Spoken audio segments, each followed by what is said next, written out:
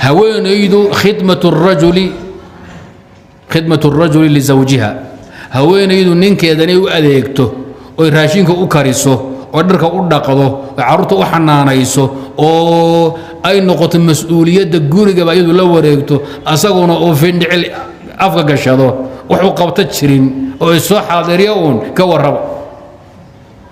شافعي وتهين يا حنفي وحي قبان هوين يدو حالة قربا كليا إن نينك يدو ديار قريسو قوريقانا أي جوكتو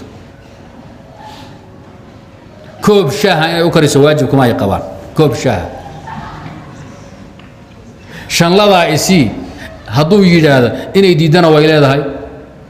إن أكنتنا وصدق على زوجها نايلمها أردها هي بنان بابور كورد يسوقب ورسوقب صيديه كرتا أنا هولي تعلمه وعلامة هي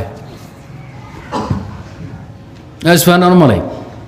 هذا هو مذهب الشافعية والحنفية خدمة الزوجة لزوجها واجبكم معها وإنما هو وإحسان هذا يدعو قلاطي رالك النقط يدعو دير رالك كتاي وإحساني وراك بقبار صادرت الشافعي مذهب كذي حنفي ده هو الله بشيء صوماليات هذا وشيكته ماشى خلاف يبربر هيرات بك صباحي يا هذا ده هو ما فديان ما هو بتشوفه طيب وين فنان مالي يا المهم مذهب هذا aad baa loogu dagaalamaa madhab labaad ayaa jira oo oranaya haweenaydu ninkeeda waxa waajib ku ah inay u adeegto xaq uu ku leeyahay weeye wixii ku saabsan guriga gudihiisa al-khidma al-baatina al-khidma fi dakhil al-bayt wixii banaanay guriga ka baxsan lagu malaha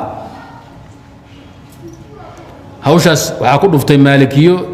iyo xanaabilo iyo axmed iyo isxaaq iyo wadaad badan baa maray حين نقطي ظاهري وحي لا سعودان شافعيه ظاهريه شافعيه لا سعودان نغنا لا سعودان يا حنفيه لا سعودان خدمه غوري غوديهيسا سوقا حكومه ديري كرتيد واجبكم maaha كيوسك بنانka dukaanka yarka cooshada in wax kaga soo qaato waajibku maaha ilma banaan ordo inay laacdo aad shaqulku maaha guriga gudihiisa wixii hawl qabad ah way ku qaban kartaa xaq aad ku leedahayna weeye waajib buuna ku yahay wadana kaas ku dhuftay Abu Thawr ya ragaan badan waxay dhaheen haweenaydu inay khidmayso waajib ay ku tahay fi dakhil wal kharij Abu Thawr wadaadkii Shaafiiciga ah inkastoo madhab goona uu yeeshay wadaadka oo rag bayar ay la socdaan ayaa halka maray in la kala qaado khidmada dakhiliga iyo midda iyo kharijka ah iyo in la yiraahdo wax aad ku leedahay la dakhil wala kharij midna ma jiro iyo in la yiraahdo sida Abu Thawr waxaan filayaa Abu Thawr baad jeceshiin caawa Abu Thawr baad jeceshiin min haythu ad-dalil Abu Thawr baa gar leh Shafi'iyya waa laga gar leeyahay Hanafiyya waa laga gar leeyahay Zahiriyya waa laga gar leeyahay qolaha kala qaaday khidma baatin iyo khidma dakhila labtirkoodu ma si tabar badno warkoodu haweenaydu ninkeedu inay u adeegto oo caawiso waa waajib diinad lagu leeyahay walahunna mithlu alladhi alayhinna bil ma'ruf quraanku zaahir kaasu tilmaamay sunnadana waad garanaysaan ummahatul mu'miniin waad maraysaan iyo gabdhihii nabi maxamed alayhi salaatu wasalaam iyo inamadiisi iyo gabdhihii kale saxaabiyaadka la qabay kullu waa adeegayeen mid walba markay guriga khidmadiisa adeegiisa ay dhibaato kala kulanto nabiga xataa khaadim weydiisan jiray wadii faaduma ka sheegatay raashinka karinaysay iyo raashinka shiidaysay iyo shiida marihii laga shaqeynayay hawlihi oo dhan isku qaban weyday calina uu waayay khaadim nabiga u timid asma bint Abu Bakr as-Siddiq meel dhowr kilomitir waxay ka soo qaadi jirtay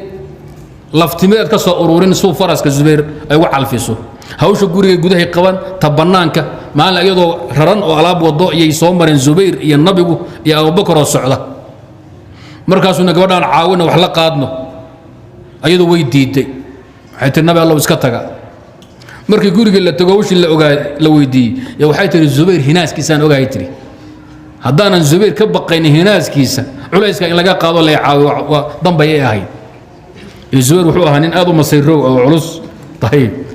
haweenkana waa u gacan qaadi jiray radiyallahu ta'ala anhu fayarkulla